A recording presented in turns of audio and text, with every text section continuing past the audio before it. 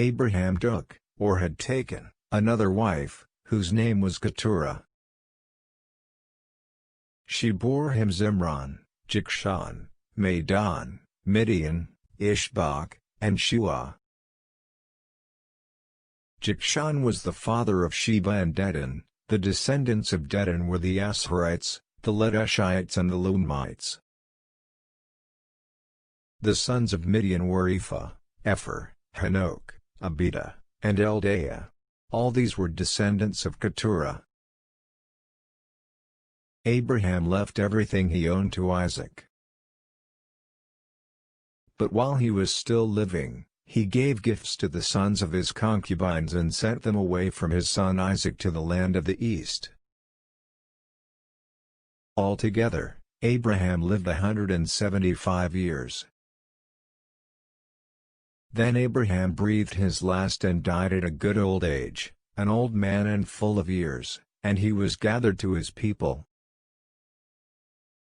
His sons Isaac and Ishmael buried him in the cave of Machpelah near Mamre, in the field of Ephron son of Zohar the Hittite.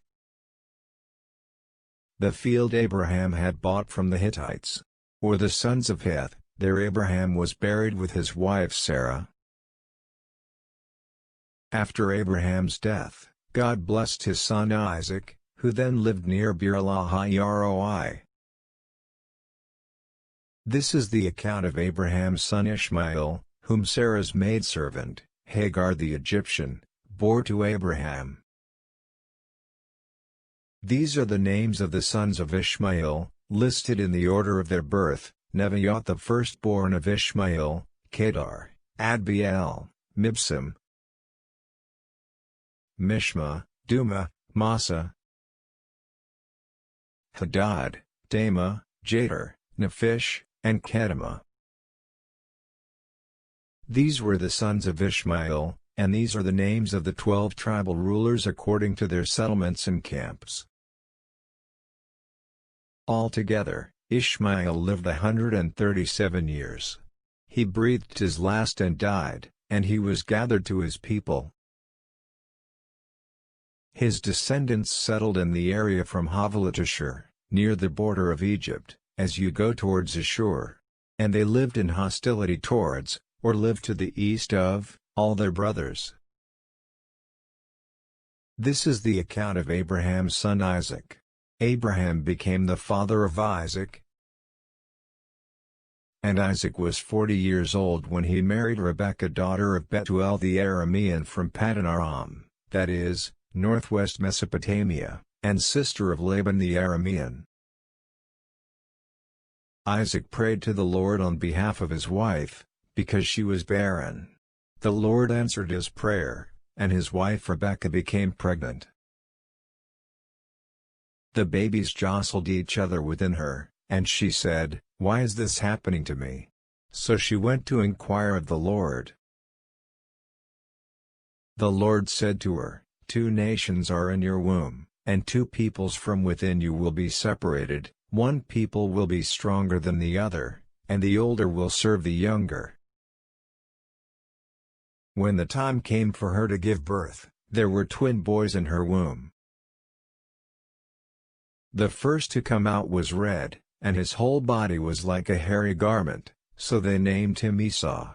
Esau may mean hairy. He was also called Edom, which means red. After this, his brother came out, with his hand grasping Esau's heel, so he was named Jacob. Jacob means he grasps the heel, figuratively, he deceives. Isaac was 60 years old when Rebekah gave birth to them. The boys grew up, and Esau became a skillful hunter, a man of the open country, while Jacob was a quiet man, staying among the tents. Isaac, who had a taste for wild game, loved Esau, but Rebekah loved Jacob. Once when Jacob was cooking some stew, Esau came in from the open country, famished. He said to Jacob, "Quick, let me have some of that red stew. I'm famished." That is why he was also called Edom. Edom means red. Jacob replied, "First sell me your birthright." "Look, I am about to die," Esau said. "What good is the birthright to me?" But Jacob said, "Swear to me first." So he swore an oath to him, selling his birthright to Jacob. Then Jacob gave Esau some bread and some lentil stew. He ate and drank, and then got up and left. So Esau despised his birthright,